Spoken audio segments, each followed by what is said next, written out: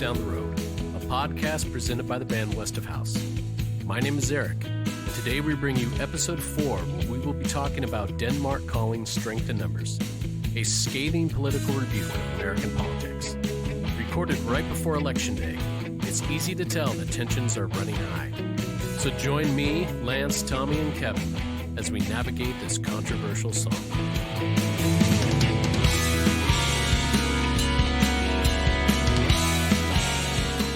All right, well, welcome back.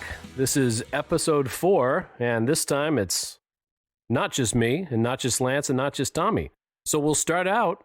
Hi, this is Erick. Hey, Erick. This is Lance. This is Tommy.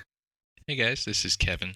Oh, my gosh. You haven't heard of him since episode 1, and he is back with us today. So, as you guys know, we're going through the album, and today we'll be talking about song 3, Denmark Calling, Strength in Numbers.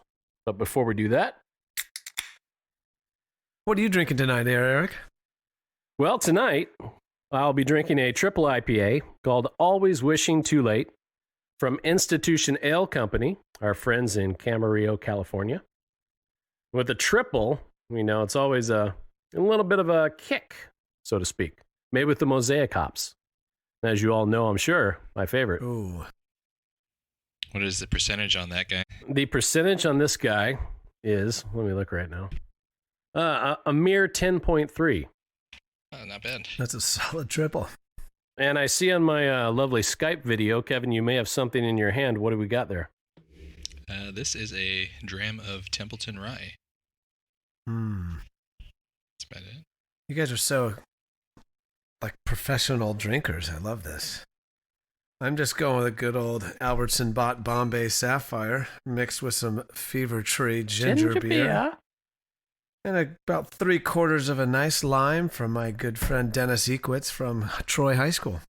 Wow, we got a lot of name dropping and shout outs today. And Tommy's drinking milk as usual. Room temperature. Well, you know. Well, I thought we'd call that highway tea. I don't know, but No one calls it that. we'll get to that in a different episode.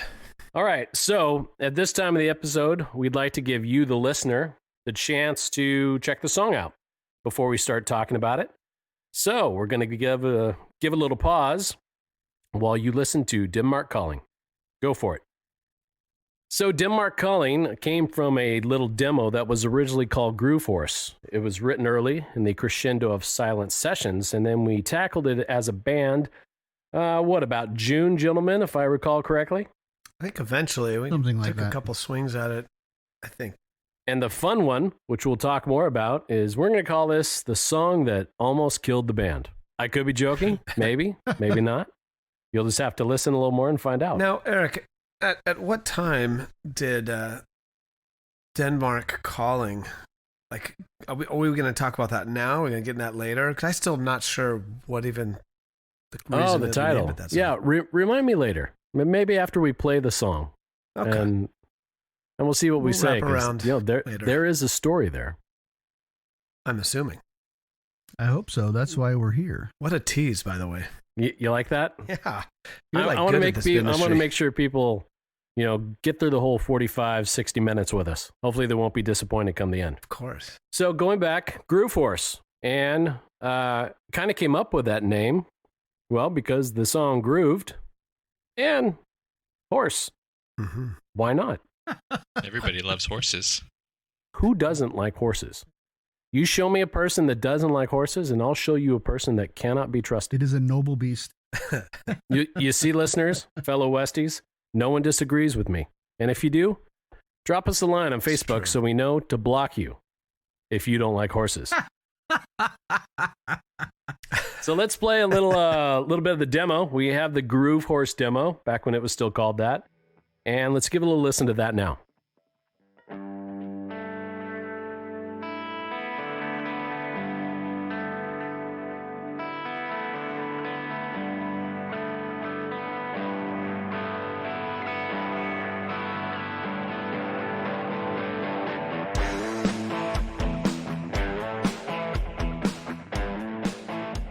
All right, so that's interesting. Now, the first thing you probably heard is that the demo, especially the intro, is completely different than the song that's on the album. Why don't you tell us a little bit about that intro? You've got a special name for that, don't you, Lance? I do. I mean, I know you. I think as a guitarist, whales make sense. But for me, I call them Dilly Willies. They're very beautiful. And I'm not even sure who did them. Between Erick or Kevin or whatnot. But those are my Dilly Willies. There's two of them. They're Erick's. Okay. One in the left and one in the right. Yes. Ears, that is. Very sonically complex. Well, they weren't really complex, but they... Dilly Willies, whales. I call them whales. Kevin, do you have a name for them? I think Dilly Willies is pretty much sums it up. I've been outvoted 2-1. No. I've got whales. Oh, Okay. well, if we had David break the tie. So, Dilly Willies, whales. Dilly Whalies? I'm not even... Dilly Willies. Dilly Willies. Free Willy. You know what? This is a road we're just not going to go down because it's not going to end well. No. It'll end in the ocean. There's a nautical theme all over Denmark. I also want to give props to our drummer because that intro with the double Dilly Willies. Yes, two Dilly Willies. His crashing waves. It's a good driving lead. But his hi-hat work, again, I keep bringing this up. It's so tasteful, Tommy. Well, thank you, Lance. I appreciate it. So if you've listened to the song, once you get past the Dilly Willies, the song is basically three very simple parts: your verse, your chorus, and your bridge. And we've got some stems. We've talked about stems in earlier episodes. Those are those little guitar parts that kind of put the songs together. So let's listen to a little bit of the verse. Here you go.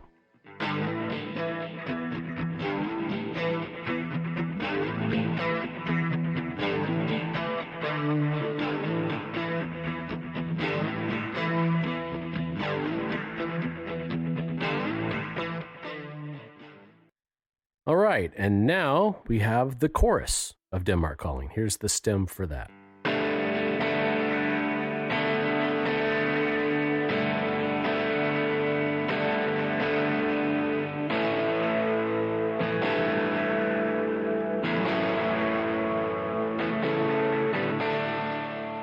And finally, we have the bridge. It's a syncopated instrumental part, and it goes a little something like this.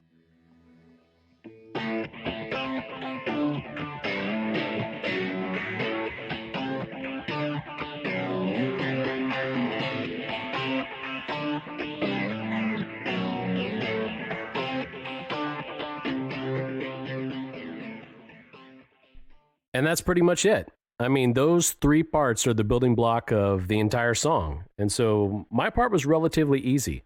The parts you hear on the demo are not the parts that made it to the final. I re-recorded all those. It didn't come out quite as nice as I wanted on the demo. So I laid down my final, and the song's going really well. And I think next, we threw in bass. Right, Lance? Yeah, so I came in pretty quickly after whatever song we finished prior. And as opposed to the first two songs on our album, which had a little bit more of a unique bass line, this was such a great rocker with such a bitchin' guitar groove, hence the horse that grooved so hard. I just had to bring it back, Lance. Way to bring it back. I try to. I just had to lay down a nice bed of low end to support the rocking song that was above me. So for me, this song, I didn't have to create a distinct sound or anything in the verse or chorus or bridge in all three of those parts. So I think I just tried to find a way to add a little flavor in the pockets between those sections. But, for me, I was just supporting this groove because it kind of had its own voice, and man, is it a good one. And it's a great groove. You guys heard that under while Lance was talking. You can kind of hear the mindset he got into to really embrace the horse and bring it home. See, Groove Horse worked. We should have just left that name there. It works. We're going back to that title. Why did you change it? I don't know. I shouldn't have. On the deluxe version of the album, we might go back to Groove Horse. Strengthen herds. Wow. Yeah, wow, deep. My dad jokes are bad today. They are worse than Tommy's. Yeah.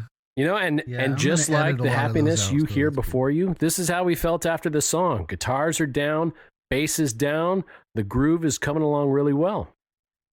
And then we get to drums. Yeah, if this is 3 simple parts, why did it not seem that way when we were tracking it? Tell us what happened, Tommy. Walk us through it. I would like to forget what happened. So we talked in previous episodes about the challenges of recording separately. And one of them is when the songwriter gives you a song and you cannot, for the life of you, figure out the groove that the songwriter wants. I don't know how many different things I tried before we finally nailed it, but it was a few, and then we took a break, and I think we actually recorded another song. And then I went back to Groove Horse and finally got something that was pleasing to the ear of the songwriter, who happens to be on with us today. Would you be referring to me? Am I the difficult songwriter that keeps coming up in these conversations? I don't think I said difficult. No, it was implied. It was in your tone.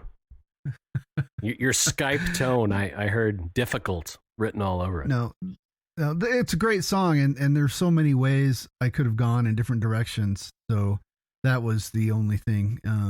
That's actually one of my favorite things about drumming with you, is that you give me a lot of opportunities to play different things. And, sometimes we're just not on the same page in the beginning, and that was this time, but we got there and it turned out amazing. Well, I think a lot of it has to do with, I don't play drums. It's one of the few instruments I cannot play. My hands and feet cannot do things independently, so I don't know how you do it. It's black magic of the highest sort. You have clearly sold your soul to probably not the devil, but one of the lesser demons to be able to pull that off. But with that, I do put down these very, intricate demo drums on all the demos that we do. I joke when I say intricate, they're ridiculous. I basically put them down just to keep time. But the demo to this one, it had a kick drum thing that I really enjoyed. And it was a 1 and an 3. And for some reason, it went with the groove that I was playing. And that's, I think, where the drums started to fall apart and get a little weird, because you would send me things and that original, kick drum wasn't there. And somehow my head wanted to hear it, even though you were doing all these amazing things. But we got there. And what you have is, it's perfect. Absolutely perfect for the song.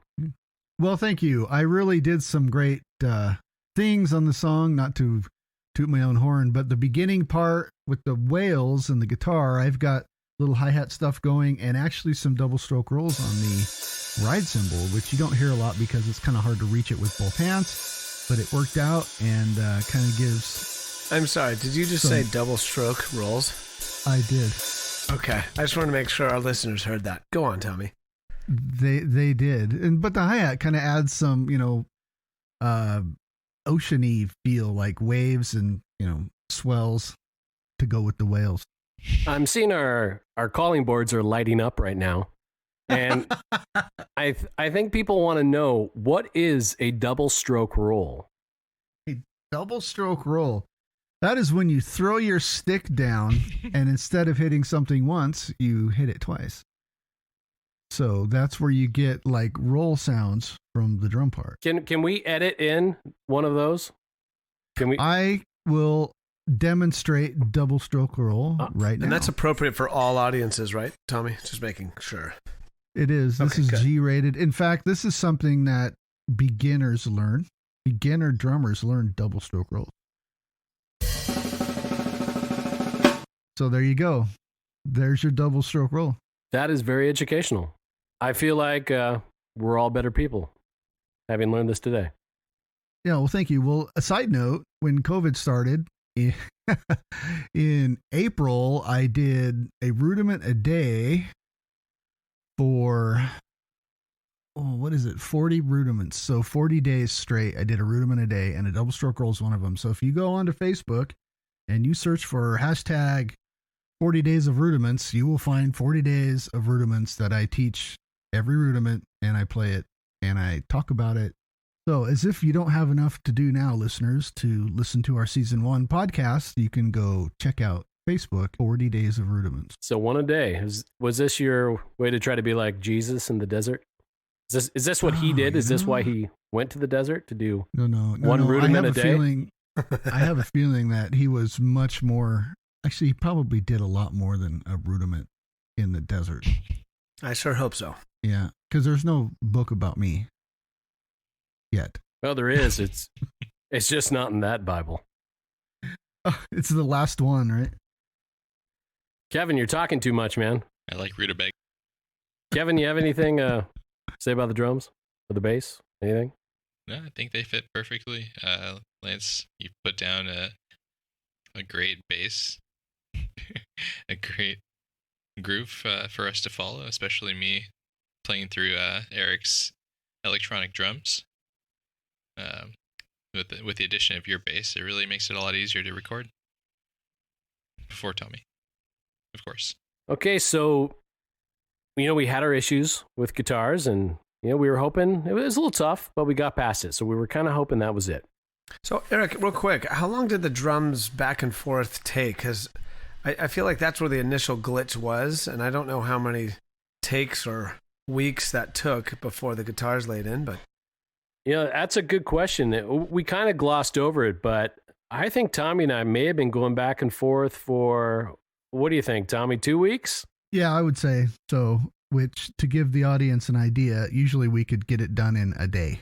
Yeah. So yeah, we usually hit these things pretty hard. It was just, for whatever reason. And really, if us not clicking on a drum part for 2 weeks, if that's the worst thing that ever happens to us as a band, we're still doing really well. I think it was for us, this was like musically the first really big difficulty we came up against.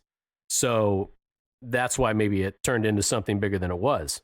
But it was about 2 weeks back and forth. And I remember when Tommy sent his final track, I was kicking on my couch watching, who knows, some show with dragons or zombies or zombie dragons. Hockey. And maybe hockey, which also has some zombie dragons in it. Definitely. If you're playing the Bruins. Or Kraken. Who suck. Sorry, Boston listeners. And Tommy sent me a track, and I was maybe 2 beers deep, and I listened to it and sent him a nice, colorful text message telling him how wonderful it was. It was a glorious time for all of us, and we rejoiced. Yeah, well, the thing with this song on the drums was not only the beat, but also the fills. There are a lot of pretty intricate, crazy fills, and trying to find room to put those in, because I wanted to, and you wanted me to. You were asking for some more detailed fills, and working those in at the same time so there was like, okay, this groove doesn't work, but I like that fill, or yeah, this fill works, but this one doesn't work. And so everything that you heard, I had already done 4 or 5 takes on my end, trying to find something that I thought worked. Cause I didn't give you everything. Like, I would record something, it doesn't work. And I'd try something else and that didn't work. And eventually when I gave you something, if you said it didn't work, that's like my 5th time. And I'm like, now what? So yeah, it was a bugger for sure on the drums, but it turned out to be my favorite song that I did drum wise. Labor of love. Indeed. Well, that raises a good point. You say this is your favorite song drum wise, for West of House. So then I'll throw that question to Lance. Lance, what is your favorite song bass wise for West of House? No. Did you say drum wise? No, bass wise. No one cares what you think about the drums.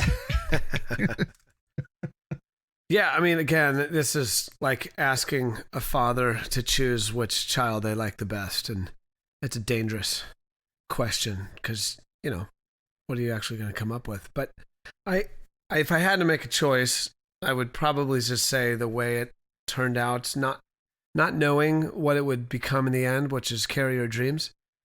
It's just one of those songs where I heard your line, and I think we've addressed this maybe in the last episode. I can't remember, but what I heard in my head was, natural to me. And then when you heard it, it was like, oh my God, this changed the whole song. And then from there, the song just kind of took a turn. And I just enjoyed that. It was a fun story, not knowing what was going to happen, but I'm thinking I was just doing a normal little line, and magic happens later.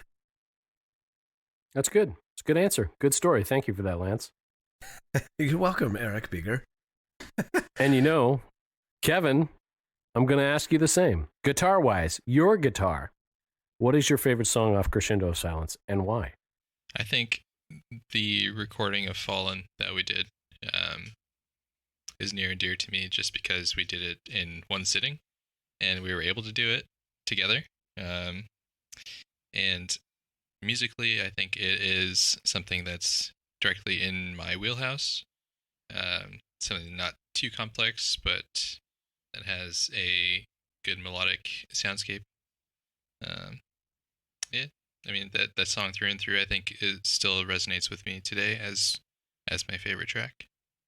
Well, I have to add to that one because I'm sure Erick will address it when we'll get to that episode eventually, but that closing solo still might be my favorite in the whole album.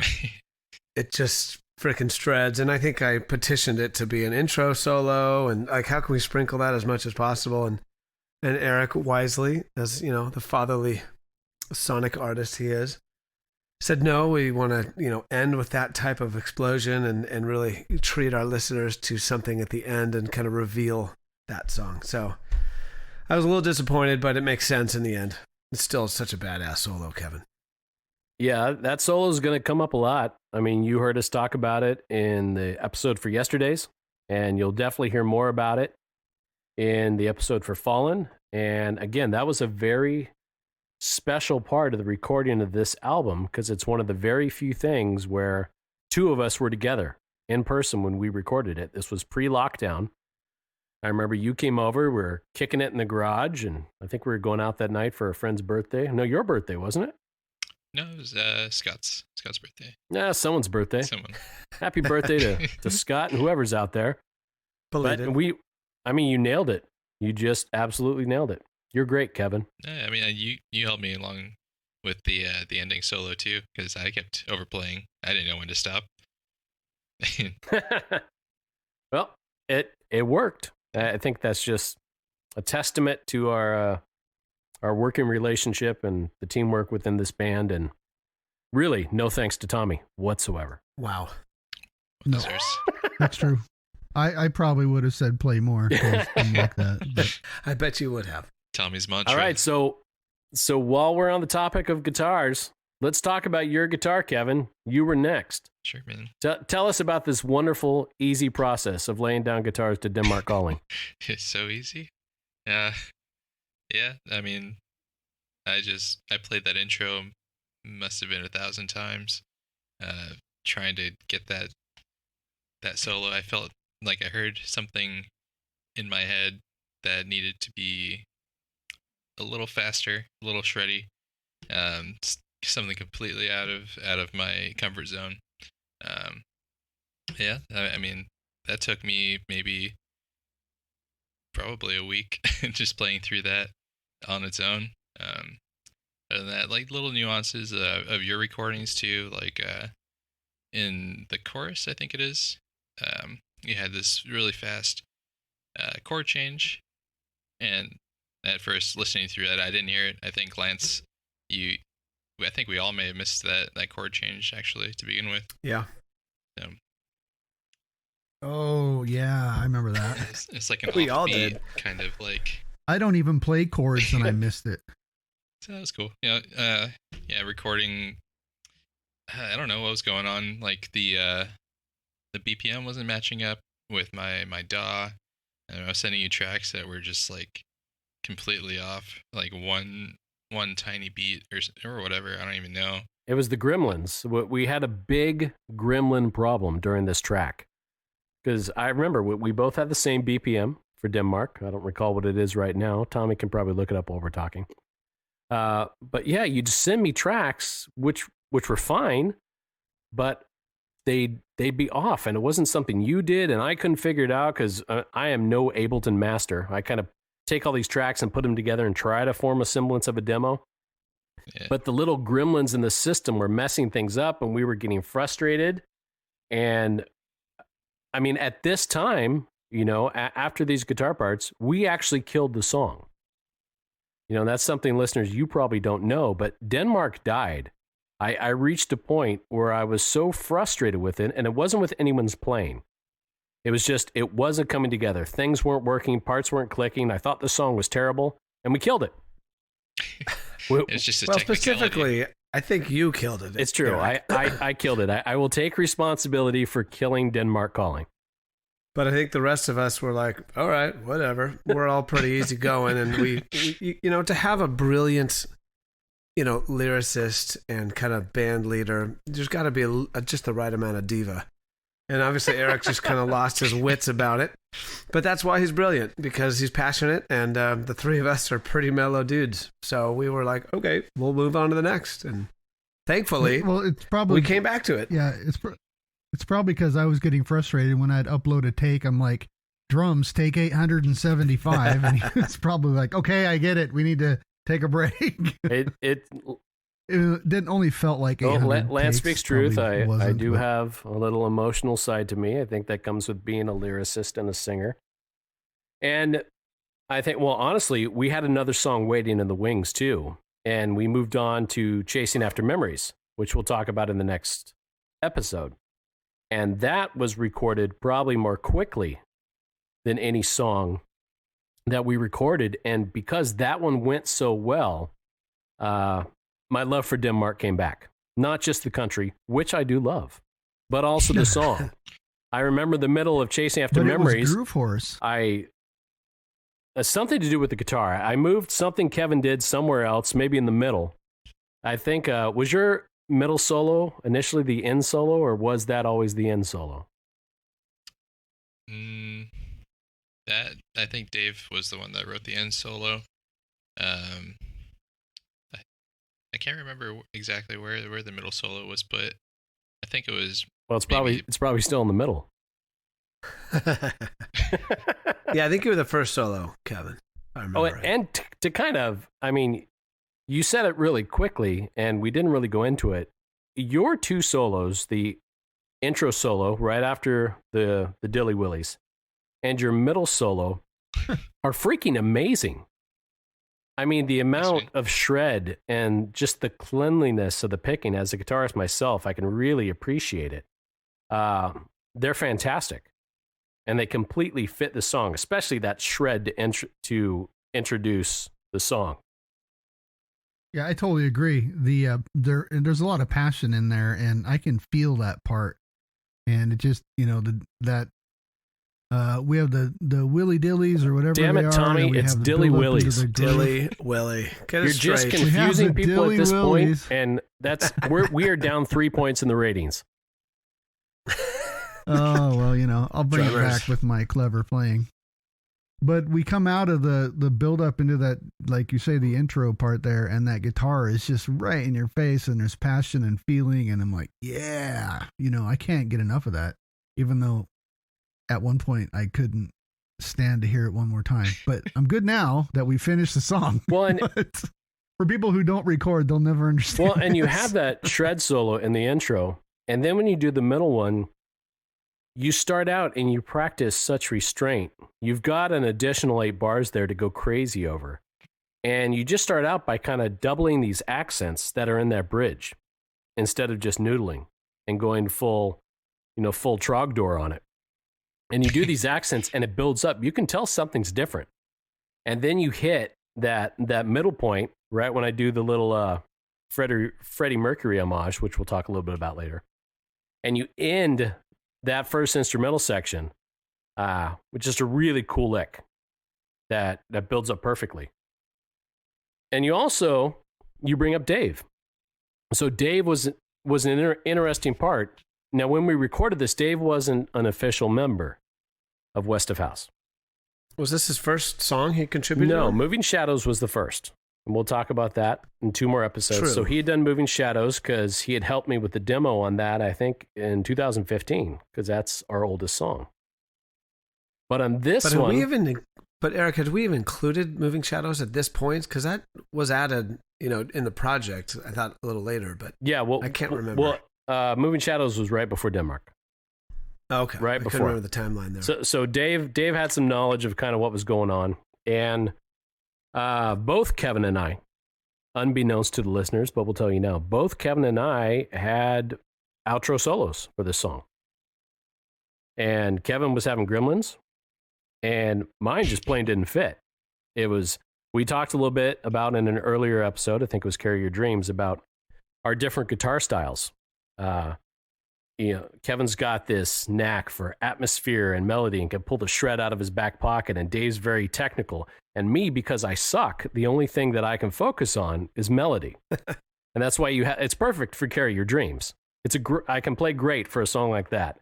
Well, I tried it for Denmark Calling, and I think I sent it to Lance initially, and my text was, "This doesn't fit, does it?" Well, good thing we got 3 guitar players in the band. Well, yeah, it worked out well. We turned it over to Dave, and his solo is great. It's the perfect solo for that song. I think, Kevin had just written 2 amazing solos. And if you don't know this, if you're not a guitarist, it is not easy writing guitar solos. It's easier coming up with vocal melodies, for sure. But to write a guitar solo, I don't know. How would you explain it, Kevin? What's your thought process when you're writing a solo? Yeah, just repetition, just constant, just beating that melody into your head, and just trying to make it perfect. And I think the perfectionist side of me just kind of won't let me stop until I hear it perfectly inside my head. As it is inside my head. Do you hear it in your head first and then write it, or do you just start noodling and it comes out that way? I think it's a little bit of both. 'Cause I think the melody progresses as I replay it. So I'll hear a bass melody in my head, and then as it just keeps going, and then I'll add a note here or there and see what works. Kevin, does the verse or chorus lines affect or change how you make decisions on that melody? I mean, being a bass player, I'm just kind of wondering if that impacts some of the decisions you make or what complements what. To a point, yeah, I think. I don't want it to be something that conflicts with any other parts, obviously.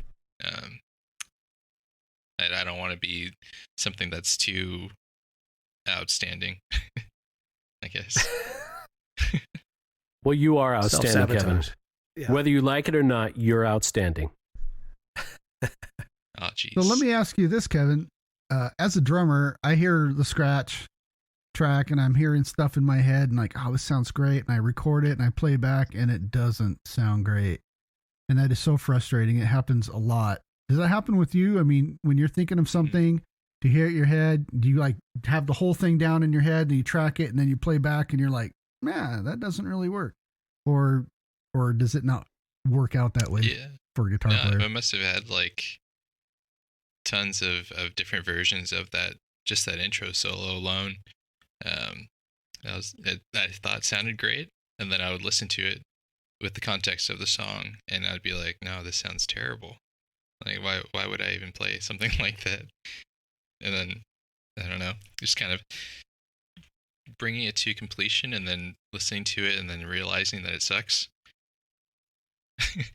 So you're starting all over. But sometimes it's those crappy takes that I think lead to inspiration. Very rarely, and I think most musicians can relate, very rarely do you hit record and put something down and it's done. I mean, if you're Lance, sure, one take. And it's always, transcendent. But for the rest of us mortals, only did that once. Doesn't matter. You've done it once. For the rest of us, it's trial and error. The amazing thing about music, I think, are the parts that you guys out there don't hear. That you don't, and we've got stems. And maybe we'll play some for other songs. We've got stuff. Well, we did yesterday's episode.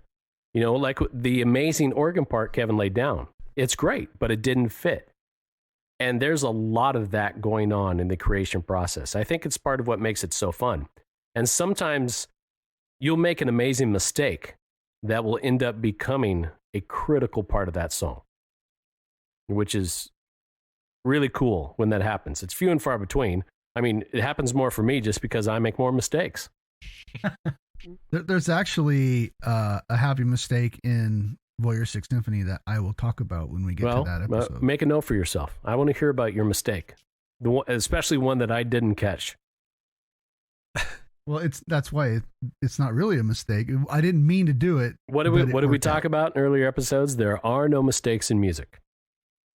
It's true.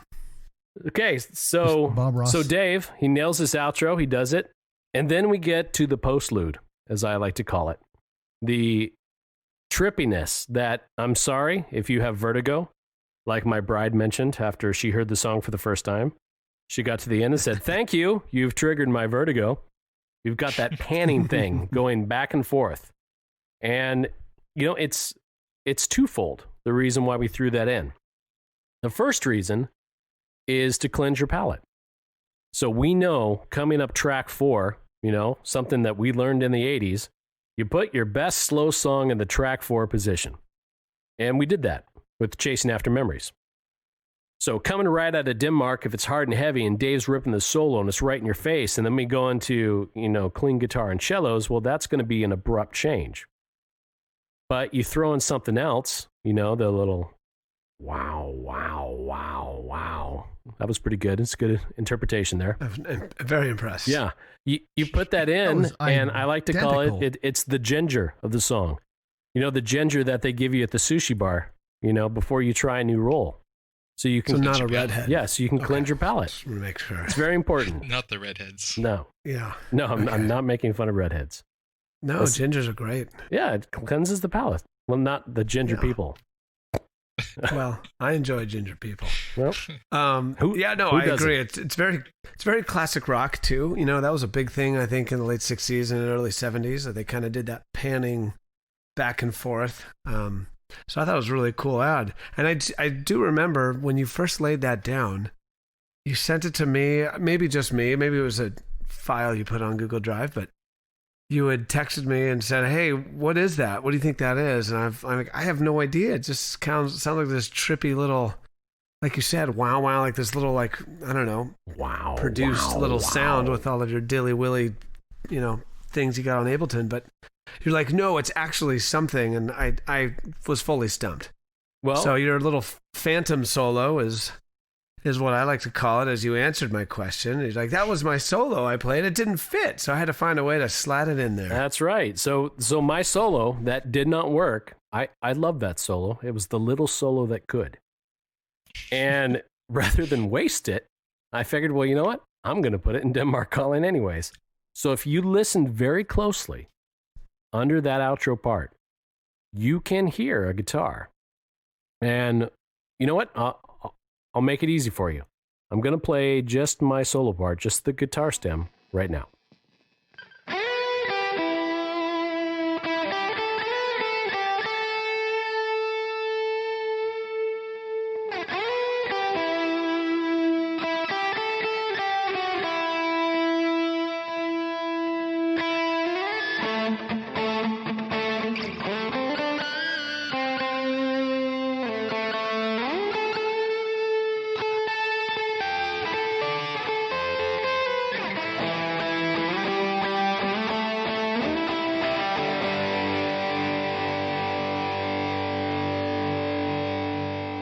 Okay, now with that in your head, when we play the song later with that outro, listen.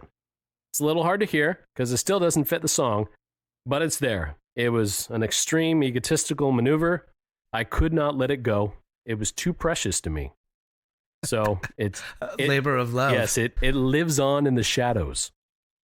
Yeah, it's funny. When you told me it was your solo, I had this vision, kind of like what I was told growing up as a child, listening to Zeppelin and the Beatles. And I thought of, oh my God, did you like flip it around? I'm thinking like playing it backwards. You hear these legends of Stairway to Heaven where there's some like satanic message, or the Beatles, I think it was Strawberry Fields Forever, where it's supposedly you play it backwards on vinyl. It says Paul is dead. So I don't know what you were doing because you've got some cryptic ideas in your head too, Eric. Well, I think I should probably come clean and level with you if you play Denmark Calling backwards. It does say, I'm hungry for a sandwich. I thought Tommy was dead, but okay. So shut up, Tommy. That That's, was the line. Chase that after we memory. You always should play it thought. backwards. That's true. All right, so after that, after all the trouble, not the trouble because it made it better, of the drums and these solos, vocals were cake. The vocals for this song were really easy. I had a demo version. I stuck to it when I redid the finals. And, we'll kind of talk about the vocals along with the lyrics. I added some harmonies to fatten a few things up, and there's some homages in this, and we'll play those now, just because those are kind of fun. So the first homage is at 1 minute, 8 seconds.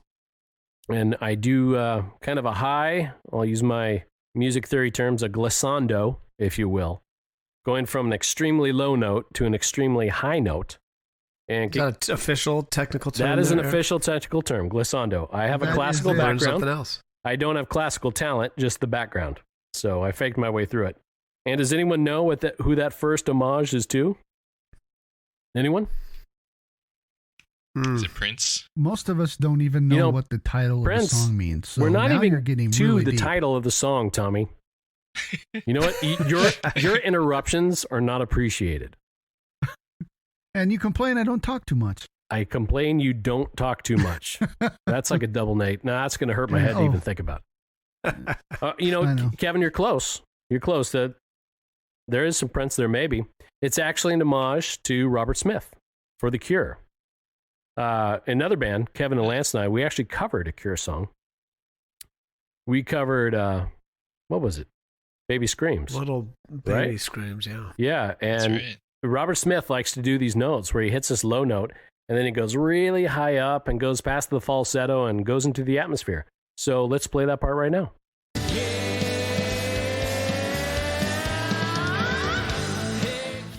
So you can kind of hear that, and I love The Cure. I love Robert Smith. I think their stuff is amazing. That was for him. And then the second homage, which I'd already talked about earlier in this episode, it's at 2 minutes and 23 seconds. And that's my my homage to the greatest singer of all time, Mr. Freddie Mercury. And here's that.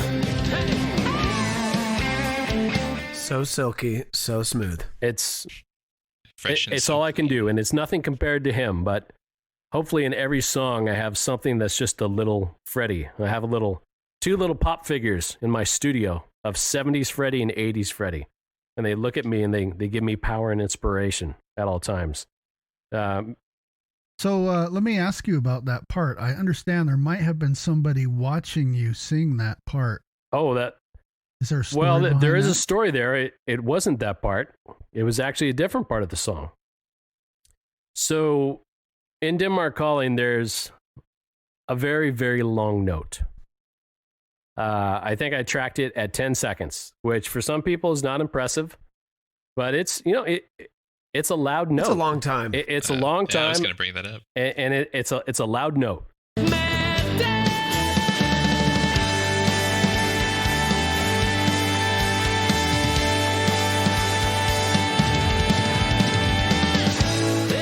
The record, if you don't know, I think it's just over 30 seconds. And do you know who did that? Live? The longest note live, if YouTube didn't lie to me. Wow, 30 seconds. 30 Jeez, without dying. 32 seconds, I believe. It was the lead singer of Aha, Morten Harket. Yeah, look it No up. kidding. Look it up, listeners, on YouTube. I think you just look it up, singer longest note, and he rocks this note, and it is insane. And it's like That's falsetto and perfect, and there's this perfect Is it vibrato the to same note? it. It's the same Is note. it the same note? Yeah, it's Wow. one note in a song, and he nails it. So I'm nowhere near that. But It takes so much energy to pull that off. I don't know how you don't pass out. Well, you have to have- I can hold my breath underwater for over 2 minutes in a hot tub, but I'm not doing anything. oh, we're gonna definitely prove that tonight. To do I that, don't have that's a hot tub, but I will unbelievable. gladly hold your head under the water in my pool for 2 minutes. I do it all the time. Because either way, I I'm win. serious. Either you win and I'm impressed, or you lose and, well, we get a laugh out of it. Well, it needs to be a hot tub. No, I don't have a hot tub. Sorry. We'll get into that later. All right. So the 10-second note, and I think I told the story to you, didn't I, Lance? You did. And do you want me to share it? I mean, from my perspective? Yeah, sometimes that's funnier. Because I wasn't there, obviously. You told me the story, so I had to create my own visuals. So the way I foresee it, you're sitting in your garage, back to the house, facing the garage door, I believe is how you have your mic set up. And you're recording and you're hitting this part.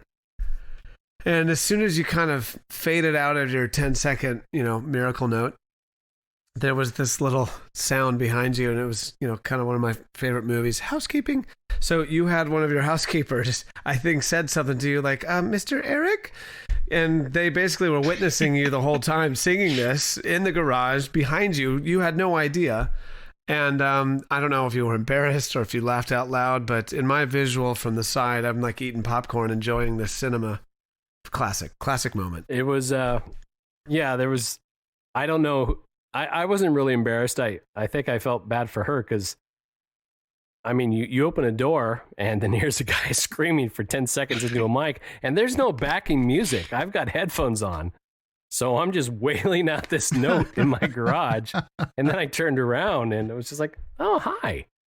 Do you have a recording of her on? No, there's no recording of anyone else on there. Maybe on a, okay.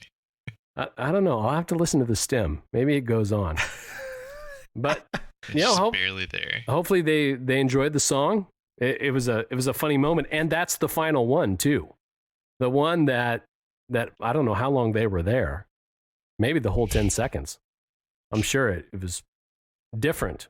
It's probably a story clearly respected to tell people to not interrupt. No, she did not interrupt. She was totally respectful. And but yeah, I don't see. We don't have the option of recording in a studio anymore during the COVID lockdown. So the garage is the best we get. And when you're in a garage, life goes on. You heard, I think it was the yesterday's episode where I couldn't get the damn parrots out of the tree outside. So that's all you hear in the background. And there could be kids running around and my kids could, steal the pickles out of the refrigerator or whatever's going on. But, it makes it more exciting. That's right. In the drum dungeon where I record, my furnace is like 3 inches away from my drum. So if I forget to turn the whole thing off, I'm in the middle of a track and the AC or something kicks on, then I have to stop and redo the whole stupid thing. So you're right. When you can't work in a recorded or in a silent space or recording studio, you never know. These are terrible first world problems.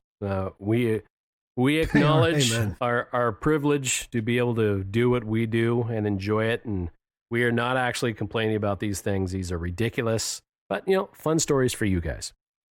Yeah. Before we move on from vocals, I don't think we've even really started on vocals, but go ahead. If you really want to cut me off that early, Tommy. We've been talking about vocals.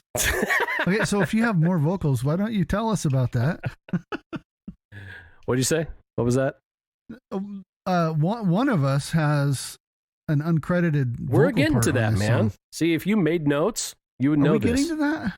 I'm reading the notes. You're reading Dr. Seuss. That's what you're reading. Come on, Tommy. Holy cow. Okay, so as you listen, to the other vocals on this, like I said, they're very easy, but there's some interesting little things. We have the homages, we have the long note, we have a lot of syncopation. There's a lot of syncopation and alliteration in there, all those fun English terms, especially that third verse, skip from walk to jump to fast track, car crash, kick your ass, last splash, mad dash, that stuff. It kind of flows well. And of course, the ass may have been a clue, but this is our first song that got the E for explicit lyrics. I think the first only song, right? It's maybe the first in my entire career where we got the explicit lyrics, which I don't know. I thought it was cool. I did. It was just kind of neat. So 20 years, 25 years of making music, I finally get my explicit lyrics, but it was necessary. And part of that was the kick your ass. Ass isn't that bad. We're saying on the podcast. It's okay. No, but there's another word. Well, there is, but since Tommy brought it up, we have a gang vocal on the kick your ass. And it's me, and it's Tommy, and also Bobby Phillips, who you guys have heard about, our sorcerer wizard who mixes and masters our song. It's supposed to be Lance and Kevin, but they were lazy. They did not turn in the tracks. I was putting kids to bed and I just couldn't get it in because then I was going to wake them up if I started cursing in the middle of the night. Worth it. It would not be the first time, Lance, that you've cursed in the middle of the night. It's probably true. What was Kevin's excuse? Yeah, what's your excuse, Kevin? I hate the sound of my voice, so to have that immortalized would be a great fear of mine. Well, Kevin, it's funny that you say that because I have immortalized quite a few tracks of Tommy saying "kick your ass." I don't know, 4, 5, 6, 7. Let's play a few. I think right I now. did 9. I think I did 9 takes. Kick your ass. Kick your ass. Kick your ass. Kick your ass. Kick your ass. Kick your ass. Kick your ass. Kick your ass. So there you go. Those were the plethora of kick your asses I got from Tommy. They run the gamut of emotions, really. There's a distinct journey from a gangster, Tommy, to questioning, Tommy, to I'm not sure that I'm angry, but I think you put pickles on the sandwich even though I didn't want them, Tommy. He likes the sweet ones. No one likes sweet pickles. We've had this conversation before. Except Tommy. And so we didn't use I don't remember which one we used because you're on there, but you're buried. Number 6. Kick your ass. For good reason. No, I know. But you're there. No, but it was number 6. Kick your ass. Yeah, you know, well, I'm there. That's so right. I think so. He did one, the gangster one, and I texted him back and I said, just do 5 or 6 that sound different because I didn't know what we were getting. My favorite is the question where you're like, kick your ass. I'm like, Tommy, you're mad. That's why you're saying these things. Yeah, well, Lance was saying that he didn't do it because he was putting his kids to bed, but I kind of feel like that would have given me the right amount of energy and attitude to say it properly. So, that's what you envisioned? Yeah, Lance, we know you. Yeah. You were already in character at that point. You could have sold it. Yeah, so you could have just put him in. It's true. Just put them in bed and say it. They probably would have been scared and gone right to sleep. Yeah, my 2 daughters, man, they push the buttons. 2 birds, 1 stone. So, and then Good there's That's right. there's the first word that we say, the naughty word. And use your earmuffs, listeners, because we don't bleep on this. It's uncensored. But the word is bullshit. Poop. And What? you know what? I don't normally use expletives in my lyrics. My lyrics, I go to, different places. I try to use the depths of my vocabulary, limited as it is, to paint that picture, to give you those meanings, to create those symbols. And I was writing about something very specific, when you read the lyrics. And I remember I went to my wife, who's, not only my muse, but also my conscience sometimes. And I said, can I use this word here? Because I didn't want to use it unless it was necessary. And she's very smart. And she said, is there any other word you can use that conveys the emotion that you're trying to convey? And honestly, all I could say was no. And she said, well, there's your answer. Did you explain to her why you needed to be so strong language? Well, she understands my lyrics. She understands probably even more than I do. So, if you've listened to this song, you probably already have an idea what it's about.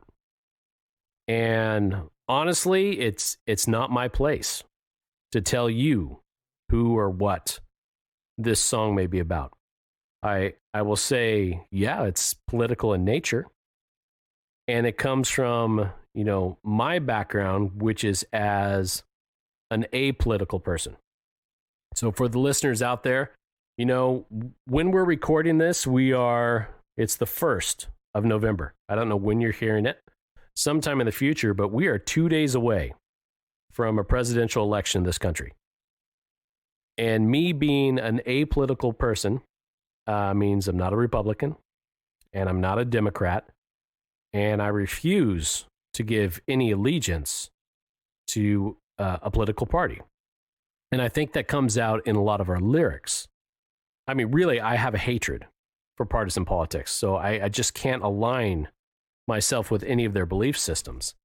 And kind of the foundation of this song is we the people. We need to not let the powerful do our thinking for us.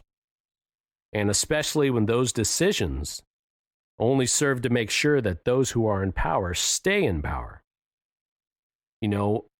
We've got our leaders over us, and they gain strength and power by polarization.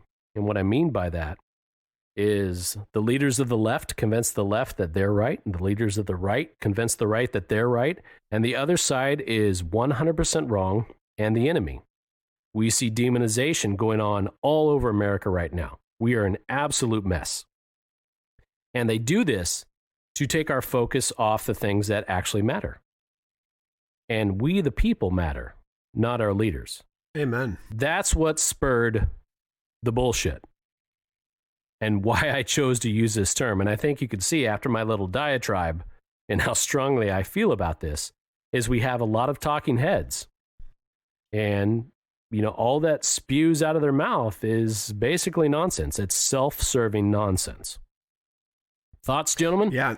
Yeah, no, I was going to add, that obviously is a powerful emotional moment in the song. And I don't know if it's the end of the chorus or whatnot, but, I love the line in this song that says, "So lift each other up and they'll never be able to knock us down." And you have a very cool harmony with yourself, I believe, Eric. But I love what you just said politically. We all stand on different sides of the aisle, and that's fine. It's the beautiful thing of our country. We have those choices, but we the people are the strongest part of what our country and our democracy and freedoms are about. And so lifting each other up and just being stronger in numbers, it's a beautiful line. And I just want to applaud you for writing it. Well, I appreciate it. It's an interesting song. It's a song like this isn't necessarily easy to sing because it has a tendency that if you come at it with a preconceived notion of, thinking my beliefs or the beliefs of the band or what we stand for, and, well, maybe I'm talking about your guy, or maybe I'm talking about the other party's guy or some other guy, and there's danger in that, and maybe I am. Who knows? Who knows what's in my heart except for me and what I'm singing about. But overall, that foundation is this nonsense that we're dealing with. I think even in West of House, I'm apolitical. Some guys are on the right, some guys are on the left, and it doesn't matter. Because what we have is we still have our strength in numbers, that we are united as one body. We have the same core morality and ethical system, which basically sums up our credo: don't be a dick. That's it. That is the secret to life. Agreed. Don't be a dick. I don't care if you have an R or a D or an I or anything after your name in parentheses. Just treat people the way you want to be treated. Someone famous said that, oh yeah, that Jesus guy. Maybe he knew what he was talking about. Guy. But to paraphrase, from Matthew, don't be a dick. Is there anything else that matters? Somewhere in chapter 23, I think, in Matthew. Chapter 23. That about sums it up. And really, we'll get more into deconstruction, especially on the religious side, because we talked about that earlier. That's foundational to my lyrics, too. Deconstruction from growing up, raised with a certain religious belief. And there's some really interesting stuff there with Echoes Down the Road. But at the crux of it all, what Jesus teaches in the Bible, those things remain true and amazing and applicable to anyone, no matter what you believe. Don't be a dick. And if people just subscribe to that, this would be a completely different world.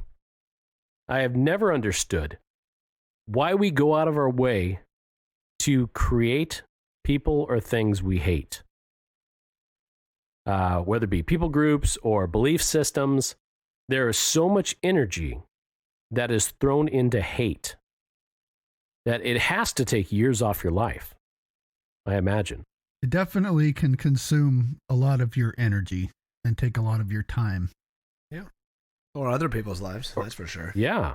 It's a lot. I've spent 2 decades hating Tommy.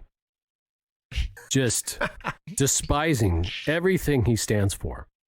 And he doesn't even stand because he plays drums. He sits the whole damn time. That's right. It's because my feet and hands can do different things, and that bugs you. Shut up, Tommy. Wow. Every episode has "Shut Up, Tommy." But that's what we should call the podcast. Shut up. That's a subtitle. Shut up, Tommy. But I mean, I take a long time to say some of these things, but if I say it in a song, then some part of me thinks that it's something that needs to be said. And this will come out as we talk about more songs, as we go into season 2, where we're going to diverge. We'll give you a little sneak preview of this in a few more episodes. Diverge into other topics, things that are worth discussing, things that are worth talking about, understanding, finding out who the man is behind the curtain, and sometimes punching him in the nose. That's the power that we have as citizens of this world. And what makes art so much fun. Really. I mean, there is a place for nonsensical music and art and things that have no meaning and are frivolous. Those have a place. And that's just not us. Not at this point. I mean, we're certainly capable of it. And in our text messages and the way we hang out, it's almost complete nonsense. Maybe that's because we get all this serious stuff out in our music. But it's the beauty of art, and Lance raises a great point, also its power. The power of music to literally change the world, to change states of mind, to change your emotional mindset. What compares? I can't think of anything. Well, there's a few things maybe, but not consistently. I think you're right. Music is universal, and it brings meaning to, people's lives that in other ways or other sections of their lives they could find no meaning. That's good. That's deep. I appreciate you, Kevin. That is deep waters. You've said far more of worth than Tommy has today. That's all right. I'll edit double hand rolls. Still trying to figure that out. Double stroke roll. Sorry, even worse. To wrap it up, we have been rendered impotent in this country by our own biases. And it's created the inability of us to actually stand together and have strength in numbers. So that is Denmark Calling in a very long nutshell. And what we'd like to do now is play the song for you. So here we go.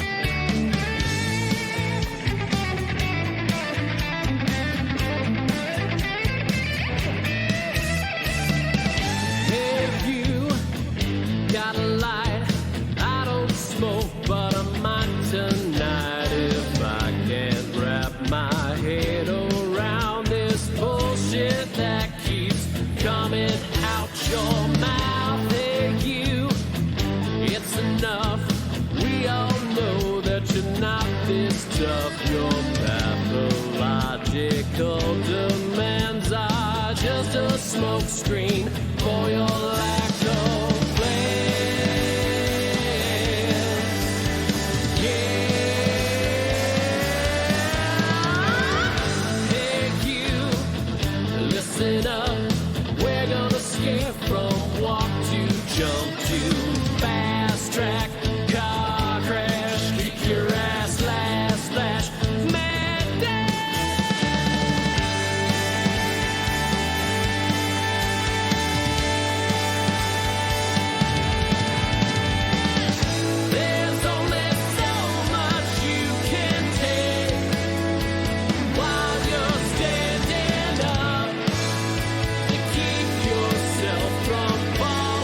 To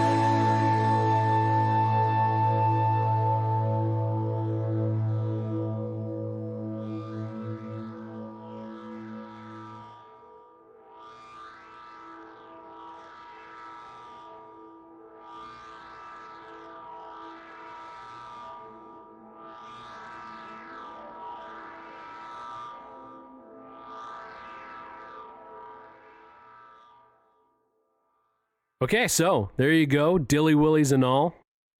Political righteous anger, explicit lyrics. It's a whole cornucopia of West of House-isms that you got. Funny story. Now, Eric, before you move on to your hilarious story, I do have a funny story. Do you have a question? I have to bring you back Okay. to something we started this episode with. All right, let's do this. Where the hell did Denmark come from? I still have no idea. Strength in numbers makes obvious sense. What the hell does the title mean? Borders were created by people groups back in history. That's where Denmark came from. The actual name Denmark. Oh, you mean strength in numbers? Oh, you mean the yes. song? Where did the title? All right. Well, strength in numbers. It's kind of obvious. Yeah, it's kind of obvious. So Denmark calling. I'm not going to tell you. So that's I hate you. That Westies. That's what you have been waiting for. I will not tell you. If you go to our website, leave us a message, throw down a post, what you think the title Denmark Calling refers to. It does refer to something, and that's all I'm going to say. I don't want to give that one away because I want someone out there to do the legwork. Just one person to figure that out and say, hey, does it mean this? Because that will bring joy to my cold, dark soul. And when you say go to our website, you mean Facebook page. You go to Facebook. You could send us a tweet. You could comment on an Instagram, and we'll go over all those things in a second. You send us an email. I don't care. Or you can go to our website at westofhouseband.com. We do have a website. I think it leads to our Facebook or something like that because it's still being built. But that's okay. Well, it's being built as of this recording. But by the time you hear this, Tommy will have completed it, and we can stop bugging him. But that's what we'll do. I'm sorry to do the bait and switch, to trick you. No, you're not. If you thought you were going to learn, if you haven't figured it out by the time we start season 2, I'll tell you. But sorry, Lance. I can't wait. You're just going to have to wait. You're actually not sorry. Which leads we've me been asking for this for Which months. leads me to my funny story. So I didn't tell this story before we played the song because I didn't want to put the worm in anyone's ear. But my bride, when she heard Denmark Calling, her first thought when it starts out is, that's from a TV show. And she swears that I stole the riff from Beverly Hills 90210. And that is the riff to Denmark Calling. I'm so listening to that tonight. So we can't play that because there are copyright issues, obviously. And frankly, I want nothing to do with it. If it's true, I don't think I did this. Do you? I didn't think of it before, but I have a lot of good memories of 90210. Maybe I've ruined the song for everyone. It's, now you'll just picture me like in the Peach Pit. It's funny. It's funny you bring that up, Eric, because in the verses, especially the first verse, the guitar part, the that reminds me of the theme to People's Court. You remember Judge Wapner? And the people are walking into that sound. And that's what's in my head when I hear that. That's hilarious. Oh, so now we've gone from a 90s TV show to an 80s TV show. The same riff. No, People's Court, it's spread over a couple decades there, Eric. So People's Court and Beverly Hills 90210. That's wonderful. That brings great joy to my creative senses. Yeah, I feel like you're going to go drown yourself now. So, but there you go. And that's why I did not mention that before you heard the song.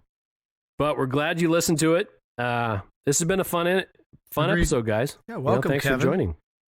Kevin, it's good to have you. I mean, you can always talk more. You're allowed to. He's not capable of it. Yeah, he's just shaking his head on Skype. This is not an actual video podcast. Yeah, they can't see you, Kevin. They can't see you. So, our next episode, we're going slow. We're going beautiful. We're going to be talking about chasing after memories. Sexy music. And that's going to be a fun episode too. Kevin, will you join us for that episode? Will you be around? Maybe. Wow. What a tease. Yeah, I'll be People there. are going to have to come back and find out. Yeah, you're just going to have to find out.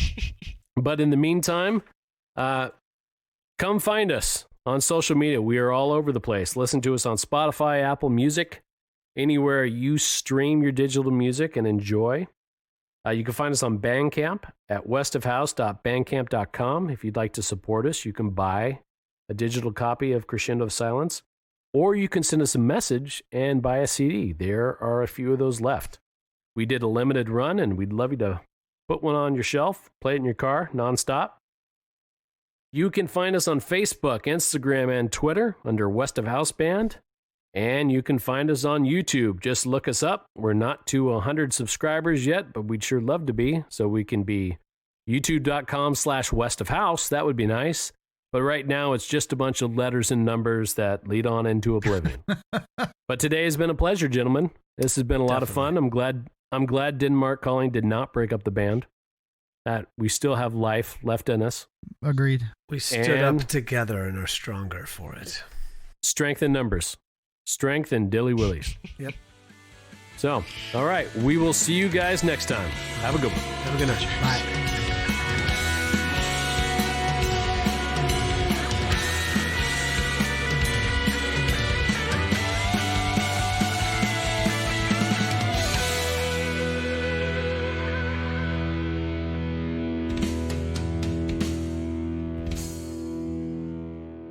Okay, let me take a quick edit break. For the love of God, Kevin, take the fluffy snakes off your background. It's throwing off my mindset. I think they're eels and puppies. Jesus. I'm trying to say something a little serious, and here's these snakes with fur. Why in God's green earth do you even have that accessible? Okay, what was I saying? Your wife knows this is leading somewhere good. I don't want to lose my train of thought.